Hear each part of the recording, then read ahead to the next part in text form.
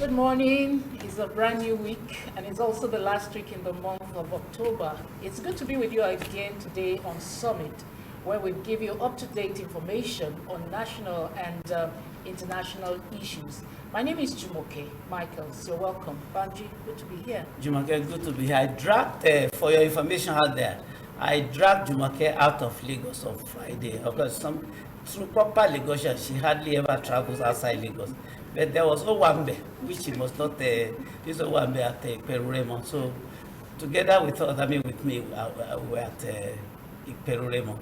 I believe it's a lovely experience, Jumoke. Yeah, it was a great experience. So my name is Banji Busara, and it's a great pleasure for me to be here this morning. I promise you a very, very bumper edition today. All right, so it was a great weekend. I hope yours was too. Today on the program, we'll be discussing the aftermath of the Lagos situation during the APC State Congress, which held on Saturday, the 16th of October, 2021. We'll be looking at issues arising or matters arising, as whichever way you like to put it. And today we are being joined by the APC Publicity Secretary, Lagos State.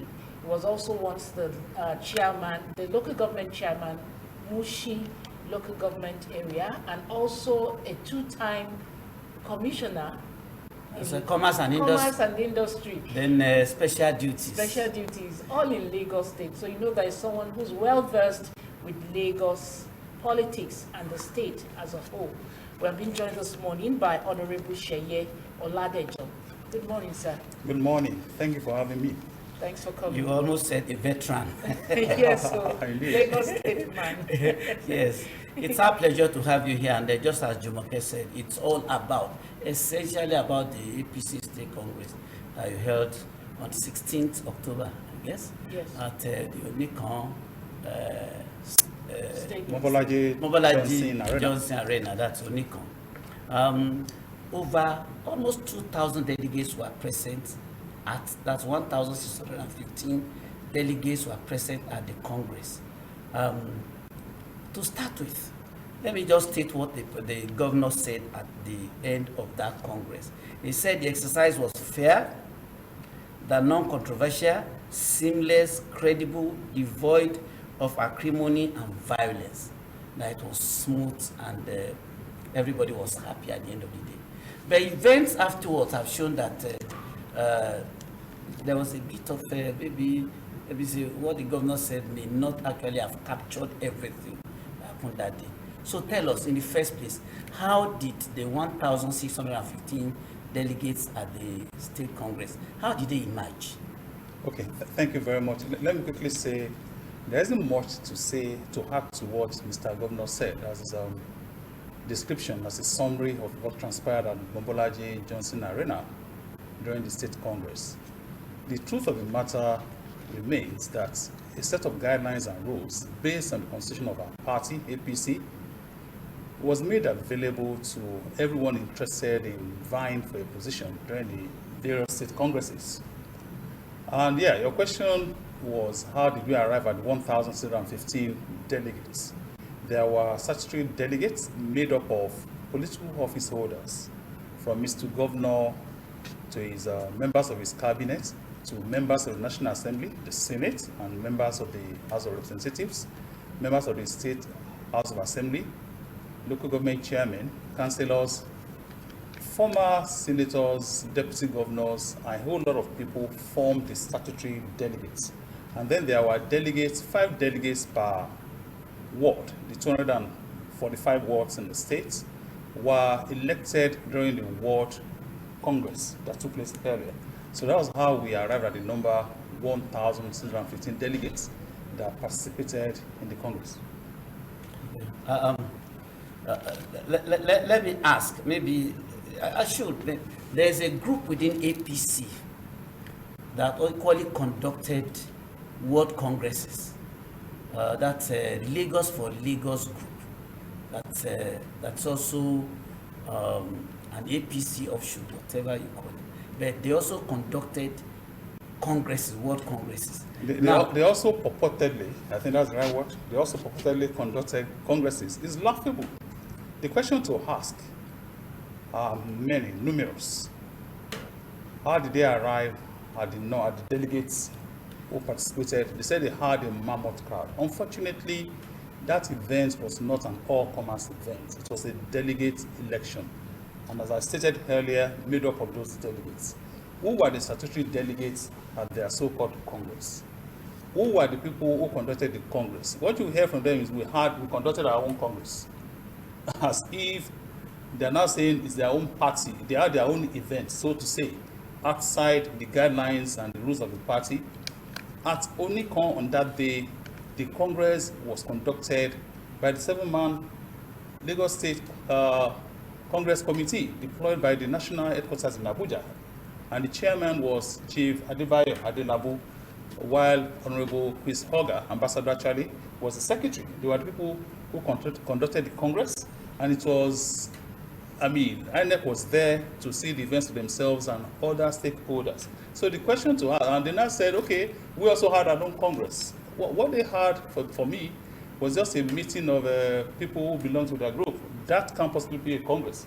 And I can assure you, as a matter of fact, that the national headquarters will uphold the Congress that was conducted by the people that were duly deployed. Right, I think there were even three congresses that held in Lagos. None of them can take on the color of an APC event. No, very far from it. But they are there as depicting that they are APC. So you can see the impunity and discipline that we're talking about.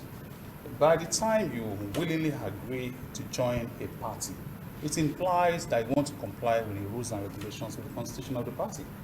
By the time you go outside that, you'll be acting outside the rules and regulations of the party. By the time you now start saying you're going to have your own event outside what has been stated by the constitution, by the guidelines to guide the events, to say the least, it should amount to sheer impunity and discipline.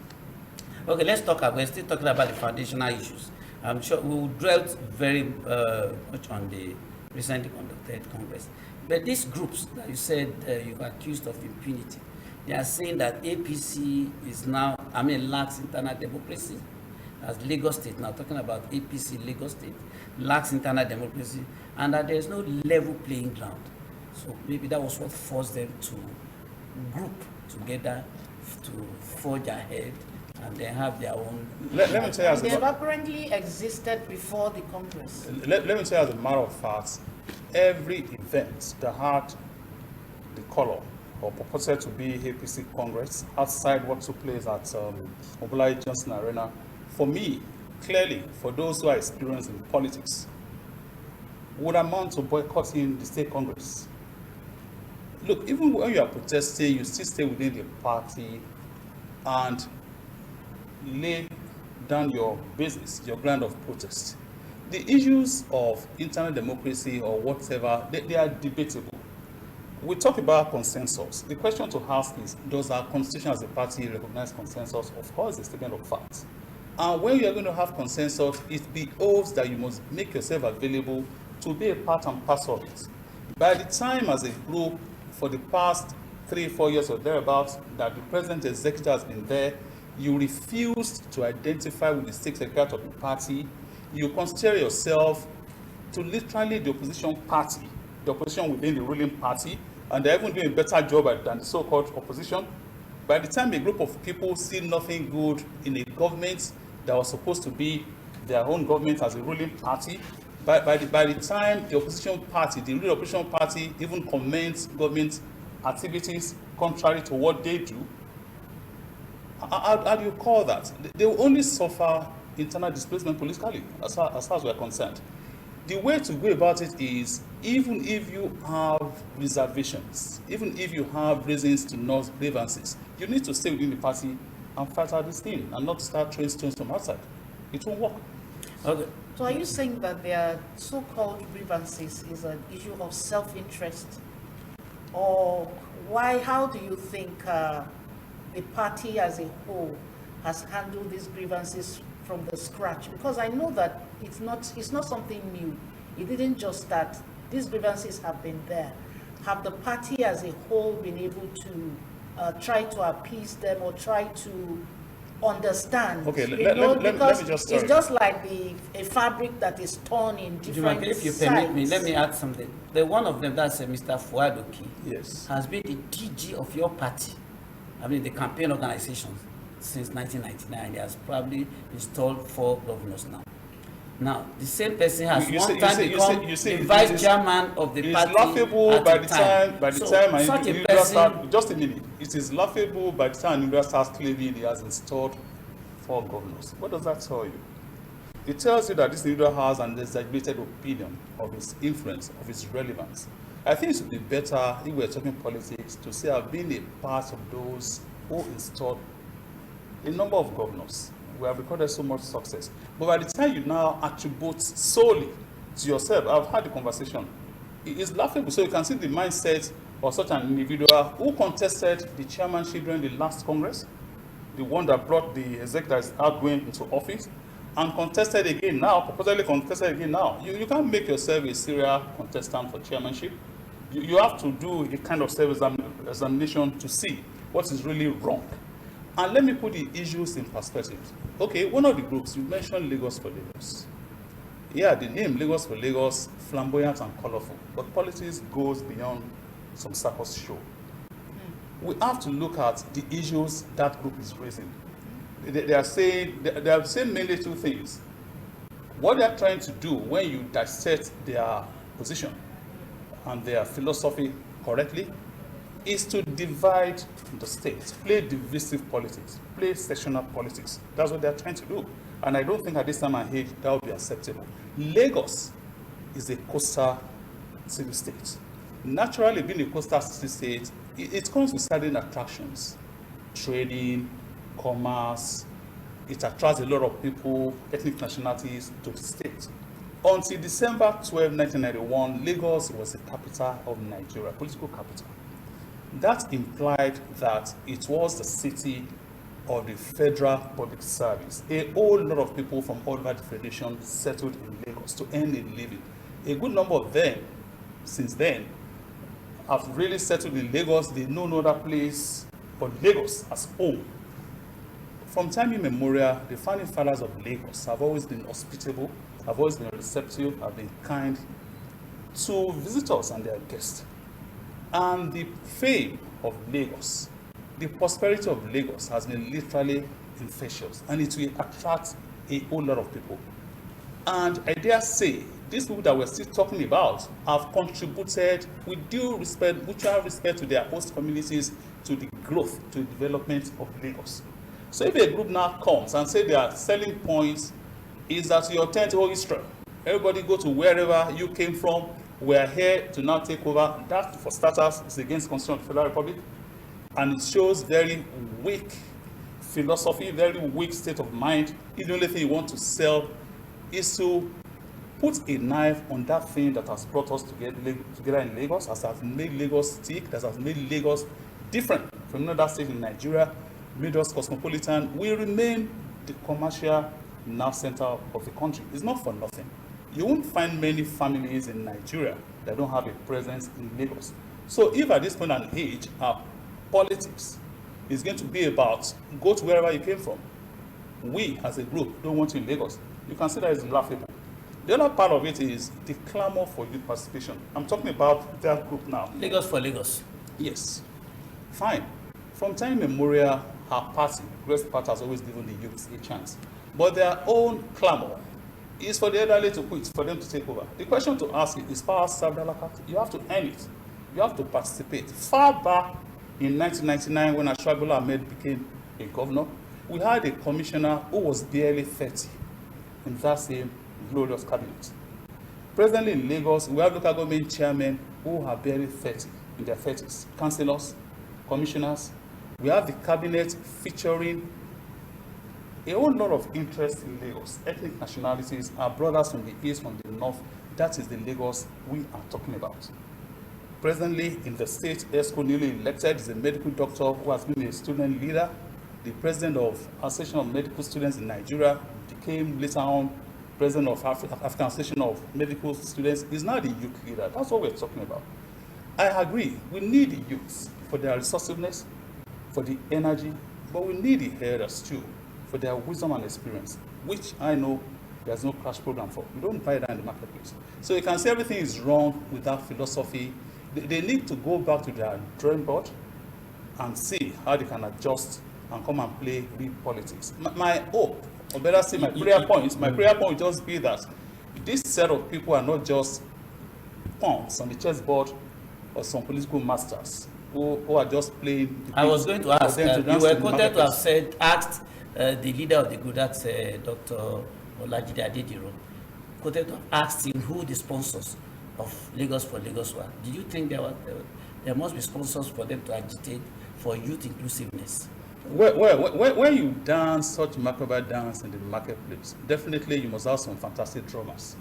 And it's also advisable, it makes for good politics for those sponsors to be able to also to identify with you publicly.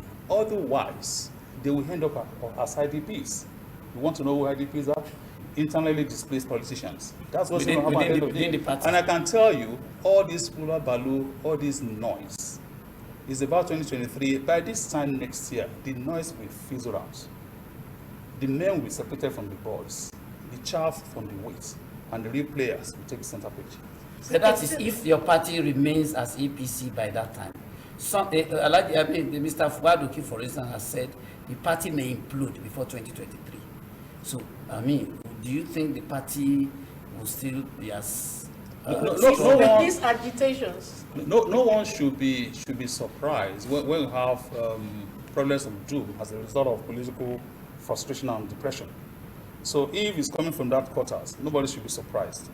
Whatever may happen to the party, the politicians will still remain. And I can tell you, it's only a weak politician that will tell you that certain things, certain events have taken place. As a result, is frustrated to play politics and to deliver on the mandates of the people. All right, I'm still on this issue of youth inclusiveness in the party structure. Because you know that Nigerians as a whole are even asking that the next president should be someone younger. If you look at the makeup of the leadership structure of APC in Lagos State, would you agree that youth inclusiveness, number one, is really not needed? Or if it's needed, what you have now, will it give them a sense of belonging? Will it give them a sense of being part of the planning processes? Because that agitation is quite strong. My approach is this: we need everybody. There should be an holistic approach to this. The writers of the Nigerian Constitution, in their wisdom, put an age limit to who can contest what position. I'm not aware of any age limit that you are too old to run for certain offices. We are talking about the Constitution now. So a situation that we have the youths, they are the biggest stakeholders. The women are mothers. They have big stake in the future of this country. I agree totally that they should all be involved. They should not just be voters. And there is no scientific proof yet that youths will do better than the elderly for whatever reason. So we could have an admixture of the two. We all remain stakeholders. The heir apparent to a throne would not go to his father, who is probably still on the throne, and tell him that he's overstaying his usefulness. What moral ground? And I'm sure that will not be acceptable. And what the youths, what the elderly will see sitting down, the youths might not see standing on the rooftop. So we need the right combination, the right mix for us to take our nation forward. All right, sorry, before you ask the next question, let me just announce that you can be part of this conversation by sending an SMS to the number we displayed on the screen. Please, just an SMS. Tell us your name and where you're sending your message from, within Lagos or outside of Lagos, and we'll read it here. And if it's something he should react to, he will definitely do so. So just send an SMS to the number displayed. Thank you.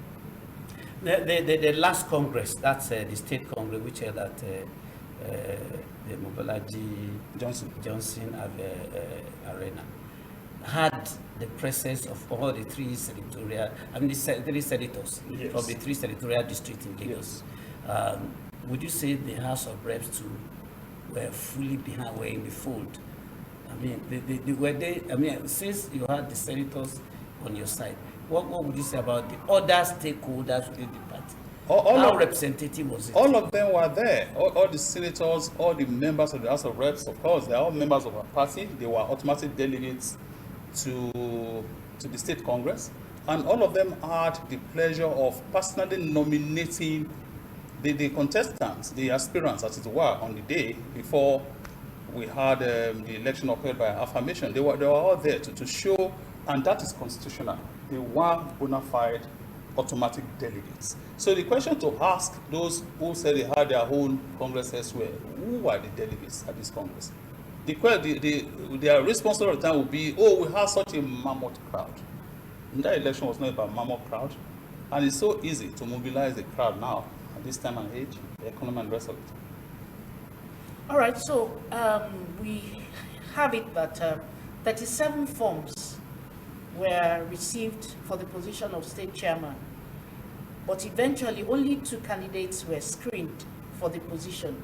What happened to the others, and I think, why were they shut out? I think the information will not be correct. I think altogether 37 forms were received for the various positions. Yeah, Two people submitted forms for the chairmanship, okay. and 1 was screened out.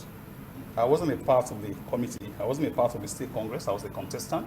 So I don't have that privilege of knowing why he was screened out. But I think the state congress committee, in their wisdom, felt the gentleman was not qualified to vie for the office. So I wouldn't want to stand in for them and volunteer unverified information in this public space. All right, but some of these aggrieved members also said they purchased forms to be part of this Congress, also vying for other, maybe chairman and other positions, but they were not allowed. You know, these are some information in the public space that I would like you to just address and set the record straight. Okay, like I said earlier, if you saw the adverts put in the various national dailies, advertising the guidelines for the Congress, the aspirants were allowed to buy their forms either at the various state secretariats or even at the national secretariats. That's Abuja. Abuja. So apparently, and when you even buy these nomination forms from wherever, you are still supposed to submit yourself to the Congress committee for screening, to look at your papers, to see if you are qualified to run or not. Clearly, from the number announced by the State Congress Committee, led by their chairman, Chief Adebayo Adelabu, at the State Congress, clearly those people did not submit their forms to them, because they announced 37 people only submitted their forms. And that only mean they were probably not available to be screened. That's why I said, technically, they boycotted the election. Technically, they boycotted the election because you did not submit yourself to those who had the power to screen, to conduct, and to announce those results. And it's not a good strategy, if you ask me in politics, to boycott elections. But the fallout of the election has shown that only 1 person contested for each of the office. Now, that means you had 37, 1 person per office. Yes. Would you say that was a robust one? I mean, robust enough? Even outside the aggrieved members who probably boycotted, those who were real members and identified with the Congress, are we saying that only 1 person was interested in only in an office? One expected that APC, as big as it is and as widespread as, should have at least 3-4 people contesting a position. Was it democratic enough? Okay, let me just draw an analogy. If you have a beauty pageant, and I believe you're going to determine the most beautiful amongst those who are running. Yeah. You're not going to tell me you have a sister, a daughter somewhere at home who is far more beautiful than all the contestants. Those you saw were those who came out, who purchased the forms, who played by the rules, who submitted themselves to the committee as set up. And let me quickly correct an impression. It's quite possible for APC to have just 1 presidential candidate and not opponent. It will only speak to organization, it will speak to understanding, which could lead to such a consensus. So it doesn't mean that if a party is so huge, you must have such a big number of people contesting. We are allowed to use consensus, to have an agreement, to avoid acrimony and bad blood. But when did the consensus take place? The consensus took Because place. people keep saying they Yes. do not know when that consensus Okay, happened. let me cite another example for you. The State Congress Appeal Committee is having a stakeholders meeting today at the Acme Secretariat of the party, led by Barrister Fatima Umar. They have convened the stakeholders meeting, advertised in the dailies, in the media since yesterday. Such an occasion, if you refuse to be a part of it, despite the fact it has been advertised and is holding at the state secretariat of the party, and a group now starts saying, no, they shouldn't have it at the state secretariat, it should go to some hotel and all of that. You wouldn't stay to the party. It's the party that should tell you what the rules and guidelines will be. I told you by putting earlier on in the program. If that happens, and now such a committee now goes ahead to deal with those issues, who turn in their petitions, who table their grievances before the committee, and they give their ruling on all of this, who do you have to blame? Definitely yourself. So that's the way it plays in politics. Well, I'm sure the viewers out there are very much interested in the validity of that election you just held. Tell us, Very valid. give us a graphic picture of who and who were part of the process that made it valid. Very valid. In the APC, there's a leadership structure, right from those who have been past political office holders. Our party is a party that is structured, that has discipline. We give due respect to those who have the experience, while also considering some of us who are not up there yet, considering all the interest about balancing, about the youth interest, about the women interest, about the need to make sure that the entire state is carried along the leadership structure to lay a solid foundation for our continuous victory in the states. And let me also say that election is valid to the extent that it followed in total all the rules and guidelines as stated by the umpires in Abuja. Were the umpires here to supervise the process? Oh yeah, I just mentioned the Adilabo committee. They were deployed by national headquarters to supervise, and I'm sure they will turn in their report. All right, one of the grievances also that I would like us to talk about, aside the youth inclusiveness, is the issue of imposition. Because they feel that leaders who emerge in Lagos, in the party, are always imposed on the people. How true is that, and what would you say about that? Well, it's an interesting topic to discuss. Imposition to what extent? It depends on which side of the divide you are. What I would call consensus, the man that doesn't benefit from it will likely give it another nomenclature. We'll call it imposition. But if it's the one benefiting for such a consensus, it becomes legitimate, it becomes right, it becomes godly, it becomes acceptable for man and God. The idea of a consensus, which the opposition within would like to call imposition or lack of internal democracy, you talk about presence of internal democracy. If you continuously hold the same office for 3 terms, for 12 years, it's acceptable. But the moment someone else is being considered for the same office, it becomes unacceptable, it becomes imposition.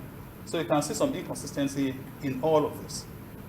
So what they will call imposition is what I will call proper organization, knowing what is right and knowing what is popular with the members. And it's always easy. You see that every time we have our primaries or we put candidates for elections, we always succeed in putting our house in order before those elections. And the acrimony you find pre-primary will not be found when you now see the results of the election at the end of the day. So it has been working for us. I call it consensus. They call it imposition. It's a matter of Semantics. and interpretation. All right, we'll still continue with the discussion, but we'd like to go on a break. And when we return, we'll continue. But don't forget that you can be part of this discussion by sharing your opinion or asking a question from our guests by sending an SMS to the number on the screen. We'll be right back. Please don't go away.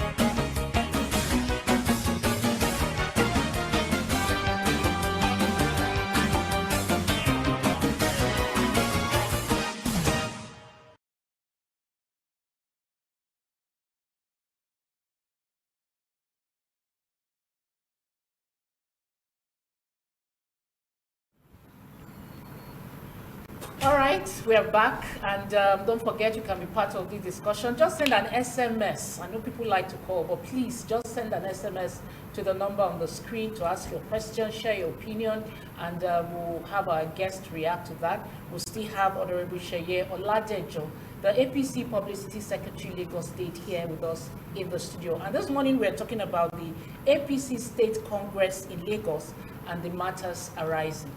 Okay, I'm not too sure you got the description right. He's APC Publicity Secretary-elect.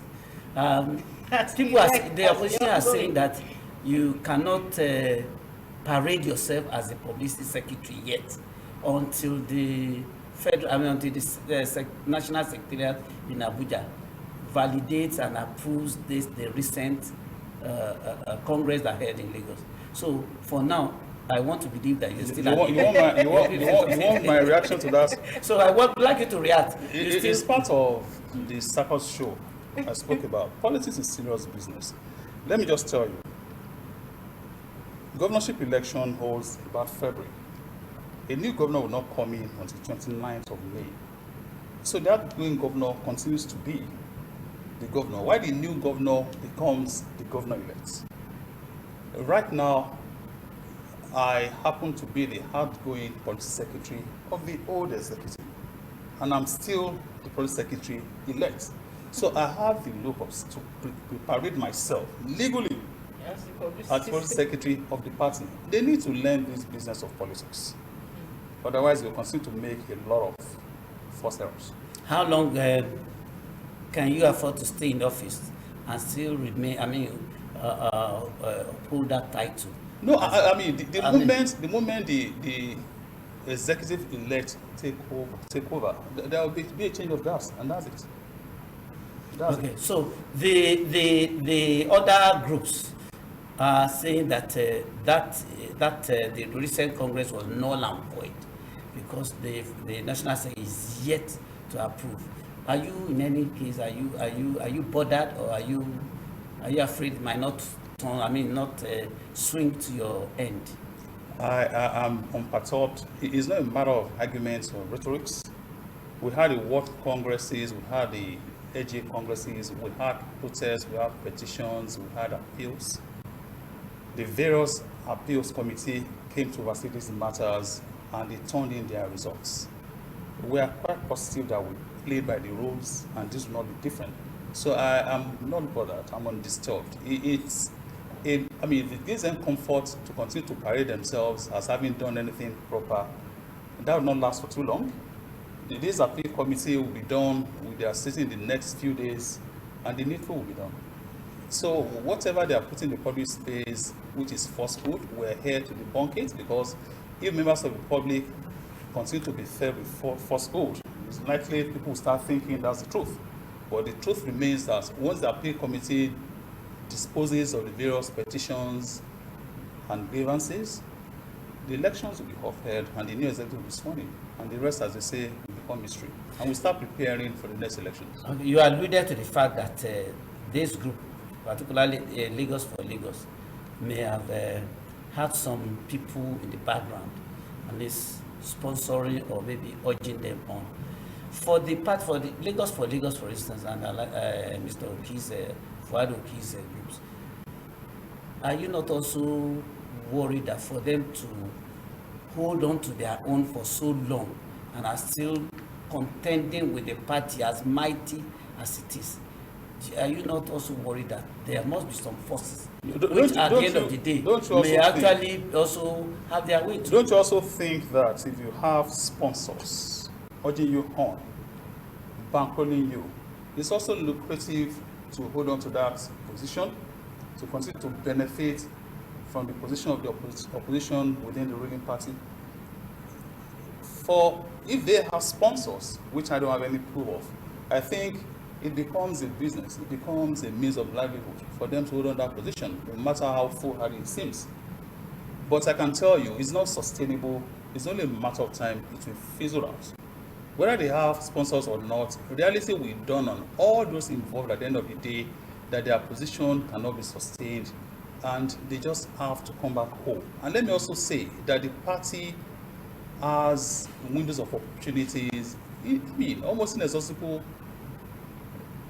internal reconciliation mechanism to reconcile all the various groups so that we can all work together. The party is big enough to accommodate everybody. I know we all come to the party with a whole lot of ambition, but then, even when you're ambitious, we could still be gentlemanly about it and play by the rules.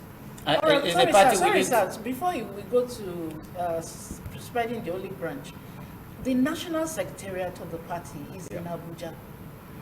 In the midst of all this, the national secretariat, have they in any way pinpointed which is the one they are behind or supporting, or which one is authentic? Something like that. I don't think to make you feel that. To make you feel that you are the one in the right path. Okay, let me just as a matter of fact, without being modest, I come with a whole lot of experience in politics. And let me also say that the Abuja National Secretariat deployed their men to go and conduct the congresses in the various states only to the 6 secretariats of the party as recognized. The Abuja National Secretariat deployed a list to INEC of the various venues where those state congresses were being conducted. And in the case of Lagos, it was Mobolaji Johnson Arena, Onikon. INEC from the national headquarters was there, INEC in Lagos State was there. I just told you the list of delegates. And I just told you that we had the ward and the local government congresses where the results as made available by those national saints were upheld. So if I'm confident that this will not be different, you will agree with me that that confidence is not misplaced. And that is why we still have the large heart to extend the olive branch for all of our brothers and sisters to come back home, so that we can all work together and move the party to the next level, and we can deliver as a party, as a government, on the social mandate and on social contract between us and the people of Lagos. Let me put this to you. How much, to what extent do you actually intend to shift ground to be able to accommodate those who have, maybe for one reason or the other, left the party and are coming back, like a prodigal son, so to speak? Now, to what extent are you willing to shift ground? To the extent because of, the Congress has actually held. To the extent of the willingness, the willingness to come back to the fold, to the extent of them displaying that commitment to our party, to the extent of not eating off the polity, threatening that they could resort to violence, to the extent of them refraining from saying things like we are leaving our options open. When members of the same party say they are leaving their options open, it triggers off the red signal for you too to be on your guards. So if we all play the cards face up, why not? We can all still work together. But what about these issues they have brought up? Even if we want to spread the olive branch, are they supposed to bury their grievances, or we bring it to the table, dialogue, to talk about it and be able to meet at some point? Is it that kind of settlement we are talking about? When you talk about political solution, it's different from judicial, adjudication, family issues. So political solution means that you should all be flexible, amenable, be willing to discuss various issues.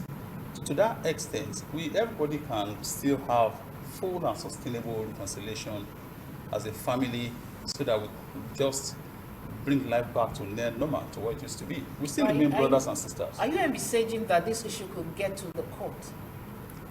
Well, I'm aware that the party will want to encourage that we should exhaust all opportunity for reconciliation internally in the party, and the party is adverse to the party being taken to court. I hope it doesn't get to that. But if it gets to that, I'm sure we will also address that problem. Okay, earlier on you spoke about all this being tales and signs for 2023. Now, Lagos State is not the only state that's actually, of course, that's also a stakeholder in the 2023 elections. Why is Lagos State case becoming so so heated or so a bit controversial? Well, Lagos, for many good reasons, still remains a role model in spite of all the challenges. We still remain the model for economic development, socio-political upliftment since the advent of democracy. We are still the commercial nerve center, so expectedly, politics in Lagos will be a bit different from other states of the Federation. And that's why I addressed the issue of the danger of divisive and sectional politics. The flip side of the man that wants to play divisive and sectional politics is to say, okay, if you don't show me your certificate of indigenship, don't vote for me if I'm contesting the governorship, or I don't need your support. Lagos is different to a large extent, and I can tell you, if we get it right in Lagos as regards our politics and development, it will definitely reverberate through the country. If you talk about issues of internal crisis, you look at Rivers and Zamfara. You know, all this internal crisis was what caused the weakness of APC in those states. If this is not well addressed towards 2023, don't you think Lagos APC is putting itself in a bad spot? No, I don't think so. We are strong enough. We have the in-depth strength in terms of membership, in terms of structure, in terms of experience. The performance of the present governor will count for so much in the coming elections. After overcoming the COVID-19 pandemic, the EndSARS riots, still managing not to use as an excuse to put in place various programs and projects that are now the pride of all Lagosians. And Lagosians tend to reward good performance. The acrimony, the conflict among politicians should be left to the politicians. I think members of the public should be more interested in what the government they put in office has been able to do. And I can assure you, interestingly, the opposition party, I'm sorry, is virtually non-existent in Lagos. So what we need to do, actually as a mark of respect for Lagosians, is to ensure that we put our house in order so that we can continue to make progress. Okay, let me just read this message. The person did not include his name or his location, but he's saying that the Lagos APC needs to watch out for this Lagos for Lagos movement because it involves a lot of youth, and the way they are going, the major party needs to do something fast to ensure that, sorry, it's like too much abbreviation, just trying to need to do something to ensure that this Lagos for Lagos movement does not push them off track. Well, the advice is well taken. We extended the Olive branch earlier, but in politics, you can only have the bragging right to the extent of your strength being tested in the contest. I can tell you that it takes so much to gather a crowd, but it takes next to nothing for such a crowd to disperse when things are not working according to their calculations. We have seen it happen several times, but it's always better to make peace. It's always better for all of us to work together. Whatever group you might see in APC today, they, as long as they still claim that they are members of our party, we are ready to work together. That's the truth. So the door is open. Nobody is being expelled or being victimized for taking whatever position. So that remains our position. But I can assure you, the hugely large majority of APC members in Lagos still believe in the structure of the party, still believe in the supremacy of the party, still believe in the need for all of us to work together to continue to make progress as a party and as a state. All right, so as a party, are we looking forward to the new EXCO actually working towards ensuring that Governor Sanwo-Olu comes back for a second term? That's a big one. When we get to that bridge, we cross it. But I can just tell you that the new EXCO, the incoming EXCO, is made up of a whole lot of experienced and talented individuals. The new chairman, Pastor Holiness Ojelabi, is somebody I would call a complete package. He has served at the local government level, Ojo, as the chairman.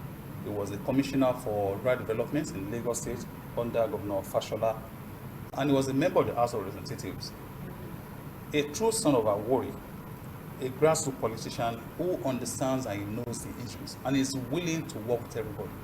Supporting him are also some other former commissioners, former members of House of Representatives, former members of House of Assembly, a whole lot of people who have contributed immensely to our political growth. So you can say with this mammoth experience that the party will do better, and invariably, I just want to say to all and sundry that we should give peace a chance so that all of us can continue to work as a family.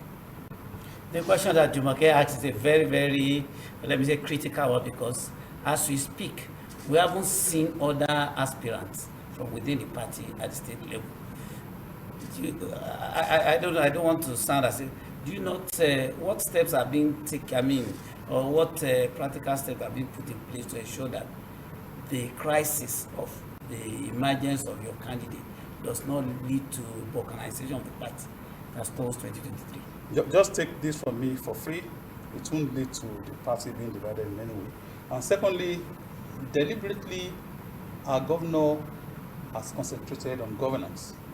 Deliberately has not been distracted by the pettiness and the acrimony of party politics. And I think it's also advisable, it's also fair to the voting public that he should concentrate on governance and leave politics to those who are running the party. There is no amount of crisis, acrimony, or conflict within the party that should impact on the state of governance of Mr. Governor, because it's not the governor of APC, it's not the governor of PDP, it's the governor of everybody, for even for those who are apolitical, and I'm sure he is irrevocably committed to delivering on that mandate. As for the next elections, when we get to that bridge, we'll cross it, I will let you know. Okay, the other issue that Jumoke asked about it, the youth, for instance, in the INEC registration portal, the youth seems to have actually risen to the task, and the number is so huge and enormous. Now, if Lagos for Lagos is actually campaigning on the strength of the youth inclusion, do you not think that they have a foresight that the pendulum is swing to the And youth? you think as a party we'll be sleeping and we're not getting a good number of those youth population you see are registering to vote to our side? Of course, I mean, we're working on it. We're not sleeping, we're reaching out. We're also mobilizing and encouraging as many youths as possible. A lot of people say the future belongs to the youth. The future is now. That's the reality. The future is now. I mean, a whole lot of young people the world over are doing big things. So, I mean, the same things should apply in Nigeria, which we shouldn't be different. And I also want to continue to encourage a whole lot of youths to seize the opportunity of the continuous voter registration exercise to make sure they have their PVC to be able to vote. It's not enough to just get those PVCs. It's also important on the day of election to make sure they vote, and they also have candidates on the ballot that they can vote for on that day. We're all part of this game, youth mobilization and the rest of it. So, but no eye-sounding and colorful name will distract us on that commitment. All right, I think that should be all. We have addressed. Well, probably all you the would issues. this also, of course, you have the platform, you have the reach to tell your members, particularly the aggrieved ones, use the platform to actually bring them back home, that maybe APC is a family, and that no member is actually being expelled also. Well, we don't have aggrieved members. We have members who may have a bit of little misunderstanding with. They are not aggrieved in the real sense of being aggrieved. But let me just say that a good number of us have been together since the advent of democracy. A good number of us have sacrificed for us to have the democracy we enjoy today in place. At this point in our history, it will serve no good if we fall apart as a family. It is very important that the image of the party to the public should be such that the party is together in unity and is also committed to making sure that by the way we run our party, it will also rub off on the members of the public. As much as possible, we need to play by the rules, we need to play by the guidelines, we need to follow the constitution of the party, And we need to take advantage of the olive branch of the new chairman, of course, by extension, the national leadership of the party, to make sure that we come back home, we work together, and I can assure you the party is large enough, like I said earlier, to accommodate everybody, and we can, within the dictates of what is fair and just, realize our various ambitions. Thank you very much. All right, I Thank think you so that's a much, good sir. point to Yeah, actually that's a hang good it. point to We hang wish you the best, and we hope the appeal Committee. the committee will then decide in your favor. We remain very positive. As politicians, we are incurable optimists, and optimism sustains the work. All right, so we've been talking with Honorable Seyi Oladejo, the APC Publicity Secretary elect. Let me say it. No, he said it's substantive. No, he has argued it. Of Lagos State. Substantive and elect. And elect. All right, thank you so much, sir, for Thank being you. a part of the program and coming out to actually clear the air on many of these issues in the public space. We'll return on Wednesday for another edition of the program, so don't forget to join us again. My name is Jumoke Michaels. Bye-bye. Thank you very much for your time and your Thank thoughts on you. the program, sir. Thank We you look for forward to having me. hosting you more and more now that we are getting closer to 2023. And we wish APC Lagos State a harmonious future. Reconciliation. Reconciliation of all the issues. My name is Banji Busari. See you on Wednesday.